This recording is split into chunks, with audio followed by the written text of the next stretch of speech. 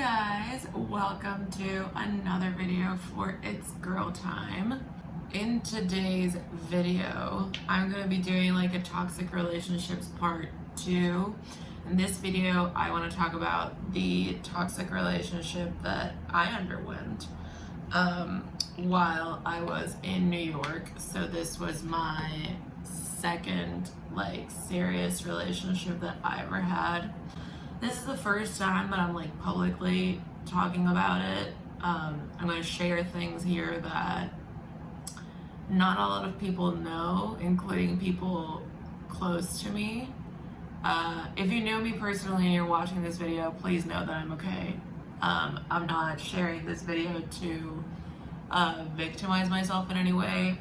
Mostly I'm sharing this video just to like share my story and hopefully help whoever might be going through this to know that like there's a way out and that they're gonna be okay.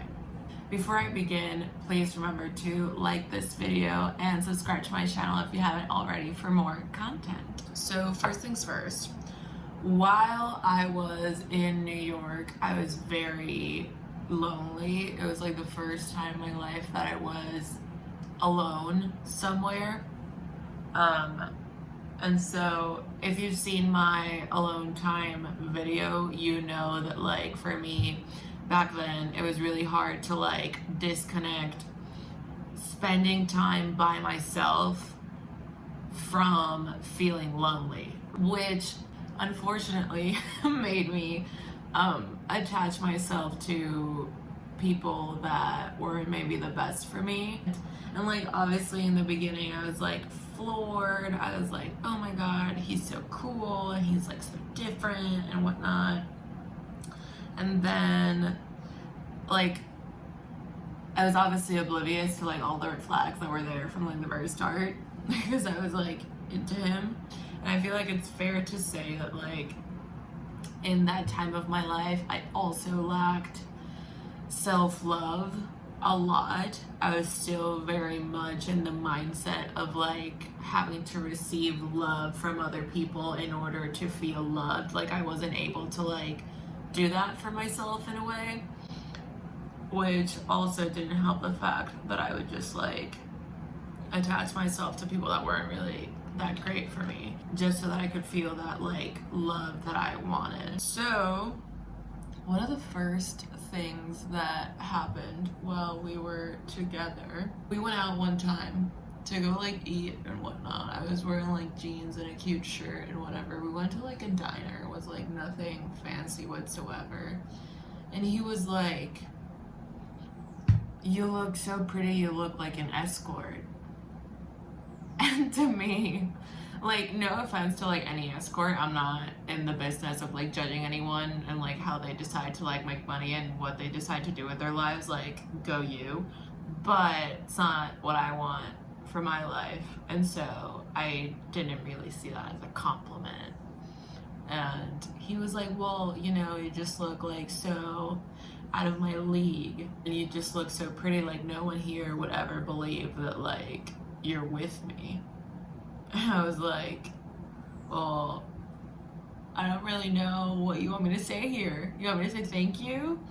Like, I don't feel nice you saying that to me. You know, I don't think any boyfriend ever should call their girlfriend that, you know, like an escort.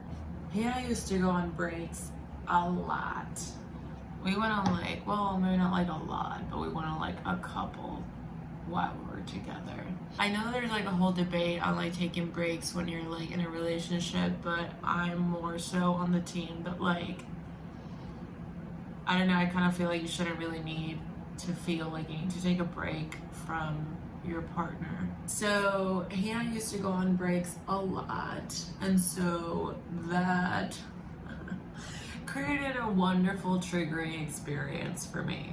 I mean, like not seeing my partner for like weeks at a time, that like stresses me out because, you know, going on breaks in this relationship that I'm talking about became really triggering. It put me in like a mentality of like, I don't know what's gonna happen next, right? I might come back from this break with or without a boyfriend. So I don't fully appreciate distance in a relationship. It makes me feel very like unsafe, and I don't really appreciate that feeling. He was also very like manipulative, and at the time, because I lacked so much self-love, I would try to like mold myself or do whatever I could so that he wouldn't go away, so that I wouldn't have to be alone.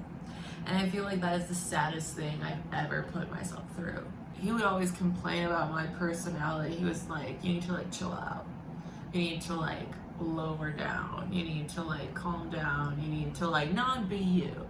You know, if you know me personally, you know that I'm a very like hyper energetic person. I love like going out and like doing a lot of things with my day and all that stuff. And he was just like, you need to chill the fuck out.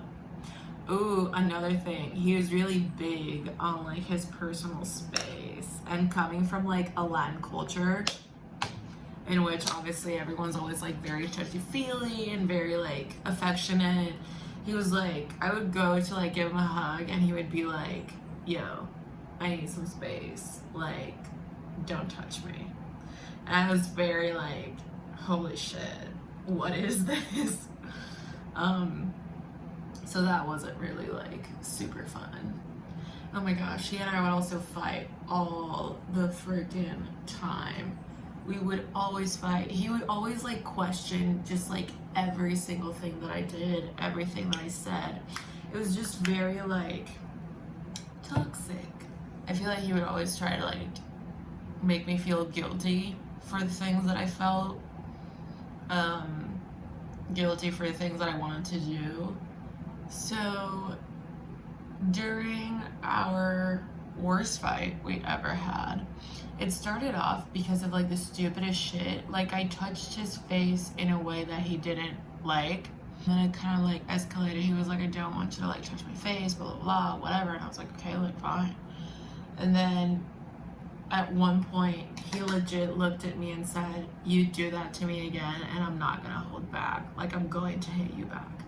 And in that moment when he threatened to hit me, basically, if I ever like did anything again, I was like, I felt scared, and I felt a level of fear that I never felt before in my life. I was like, holy fuck, like my safety is like 100% compromised. And believe it or not, I did not break up with him in that moment, then and there. I feel like when your safety is threatened by someone that you care about, it creates a level of fear and insecurity in you that is like insane. Like there are no words for me to describe how freaking scared I felt. You know, it's like you legit go into like survival mode. You know, I broke up with him that like October because I was just over it. And I feel like, unfortunately, that's how I used to be. Like, I didn't end a relationship until I was over it. This relationship, I was with this boyfriend from New York for like a year and 3 months. Like, we were together for a while enduring this fucking shit, basically.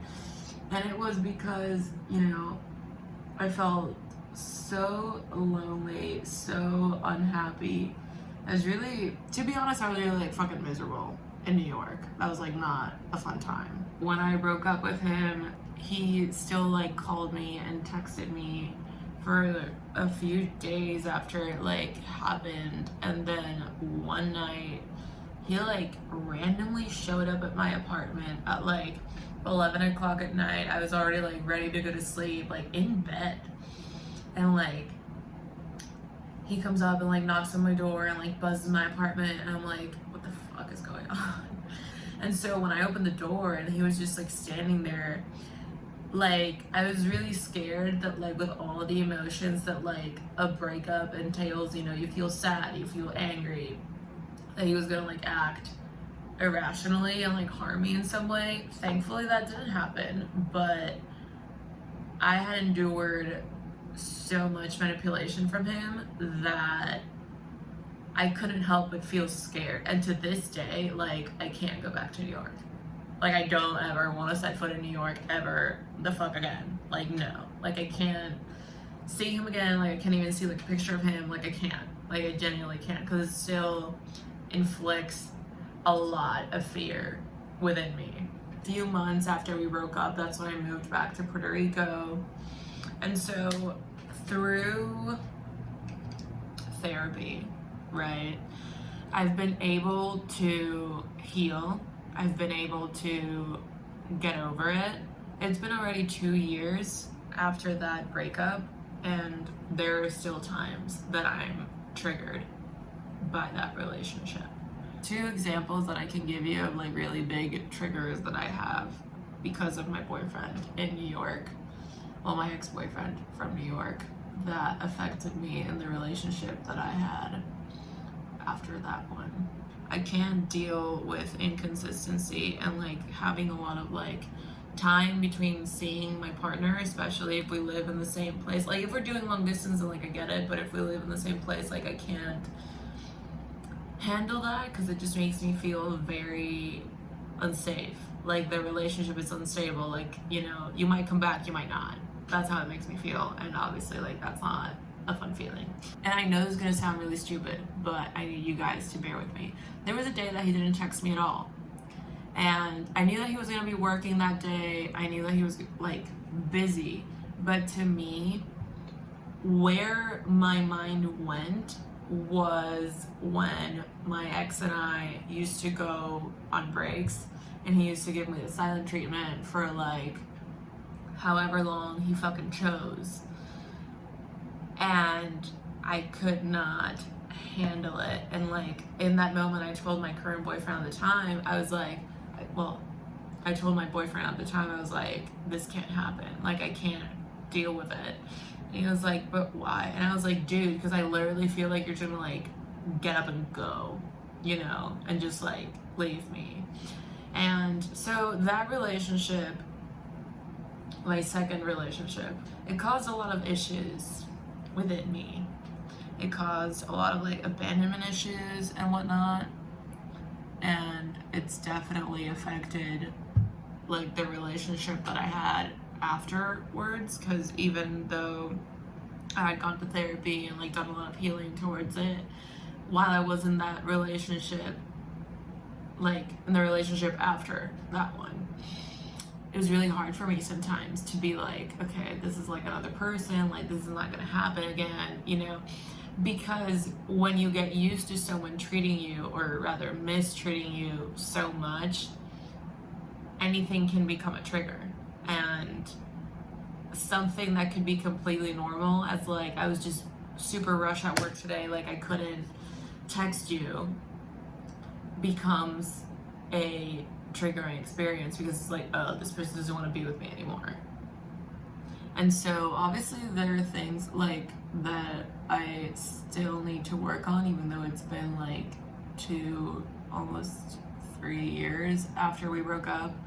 But you know, that's toxic relationships for ya. There was another time with my third boyfriend that he hit the roof of his car. We were like talking, and he hit the roof of his car like really, really loud and really hard, because it was making like a noise or whatever, and he thought that by hitting it, it would just magically go away. And when he hit the roof of his car, I shut the fuck down. Like I started crying as if he was gonna hit me. Because after going through an experience of someone threatening to hit you, when you're like in an experience where someone does like such a blunt and harsh movement, it freaks you the fuck out. Okay, you guys, I went ahead and finished my makeup off camera because I was getting really chatty and I have somewhere to be soon. But basically, I feel like those are the main highlights of that toxic relationship. If any of you have ever gone through something like this, or are currently going through something like this, know that there's a way out. Know that it gets better, as cliche as that sounds, but it actually does. and that there is a whole lot more to life than whatever toxic relationship you're currently going through. That is all I have for you guys today. I know this video isn't exactly an uplifting one, but I feel like it's still important to share and talk about it, just because I feel like it's not something that's talked about enough, both the things that are difficult that we go through in a toxic relationship, plus the post-traumatic experience of having gone through that relationship, the triggers that involves, and the whole lot of healing that it involves to having been in a toxic relationship like the one that I underwent. I'm well aware that this is not the most toxic relationship out there, unfortunately, and that it could have been a lot fucking worse. So anyways, that was a very long outro. I hope you guys enjoyed this video. I hope to see you in my next one. Definitely like this video for more content and subscribe to my channel for more. See you guys in the next one.